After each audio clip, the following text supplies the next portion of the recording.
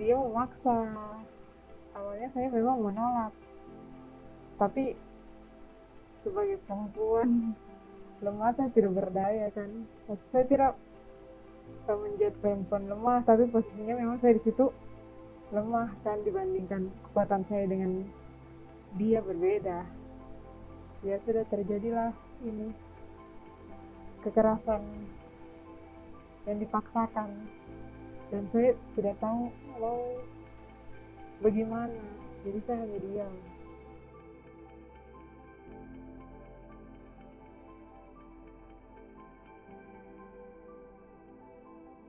Sebetulnya kalau bicara kekerasan seksual, kalau bicara stigma, saya termasuk orang yang bisa pernah merasakan itu. Dan bagaimana hukum yang sangat tidak berpihak dan selalu melihat bahwa persoalan itu yang dialami itu adalah akar masalah adalah perempuan.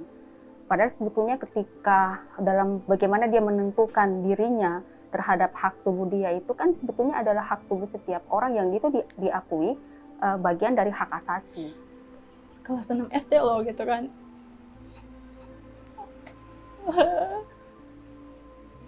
Kenapa? Terus awalnya tuh kayak mal, kan saya sama teman 2 orang. Terus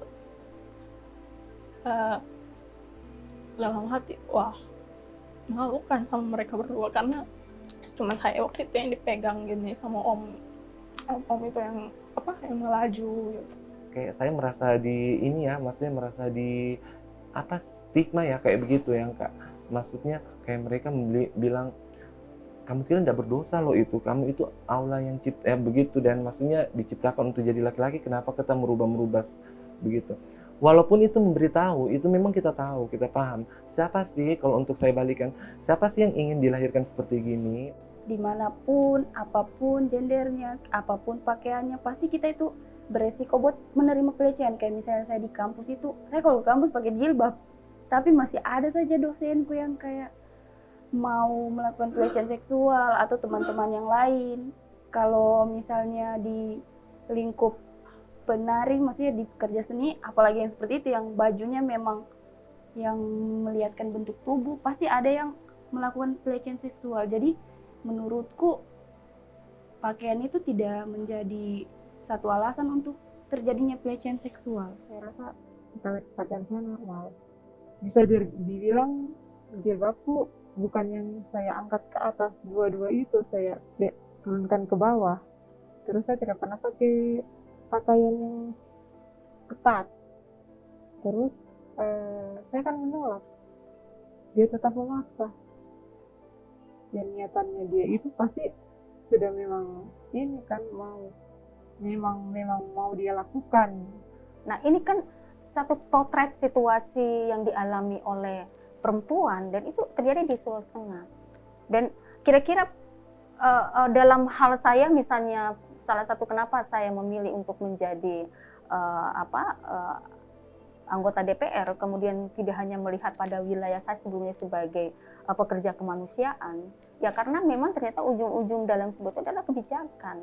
Parahnya adalah salah satu persoalan dari rancangan undang-undang PKS itu tidak bisa kemudian menjadi sebuah undang-undang skala prioritas yang kemudian tiba-tiba itu harus ditunda lagi pembahasan, bahkan ada diancam akan dibatalkan, ya karena menurut saya ya kita harus pertanyakan dalam konteks sensitivitas, mungkin karena hanya melihat bahwa kekerasan seksual itu ada bicara pada porno, aksi, persoalan baju, persoalan tubuh seseorang. Padahal sebetulnya PKS itu sebetulnya adalah solusi untuk bisa menekan bahwa apa yang dirasakan oleh perempuan itu adalah bukan persoalan dia, itu persoalan negara.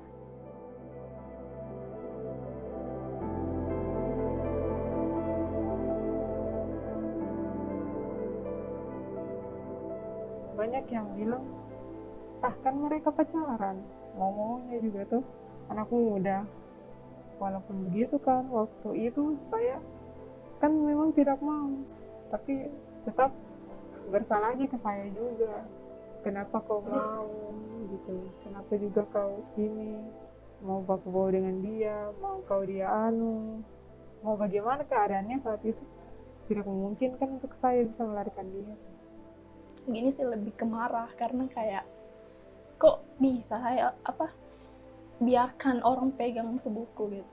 Yang 1 minggunya tuh saya kayak takut pakai baju yang agak terbuka, terus kalau naik motor jadi takut sudah sendiri karena itu kejadiannya lalu di motor dipegang ini 1 minggu tuh takut.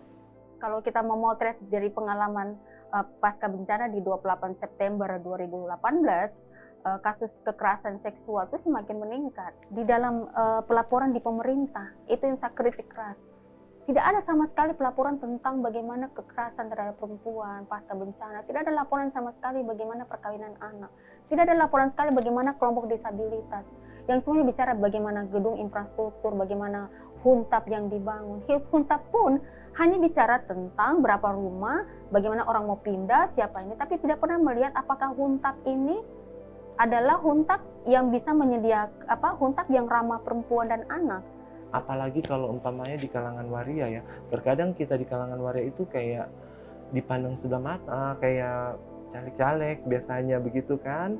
Mereka itu kan sangat membutuhkan kita karena dorong pikir kan kita satu nama itu kan sangat berarti untuk mereka punya ini ya. Maksudnya begitu di saat mereka mau kita minta pertolongan sama mereka itu nggak ini kita lagi. Mereka bilang hanya bikin sial lah, apalah kayak gitu.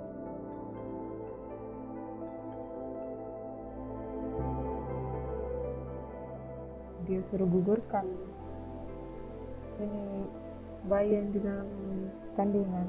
Awalnya saya berpikir dulu, tapi lama-lama saya menolak. Soalnya dia minta gugurkan itu pas usia kandungan sudah 1 bulan lebih, sudah jadi.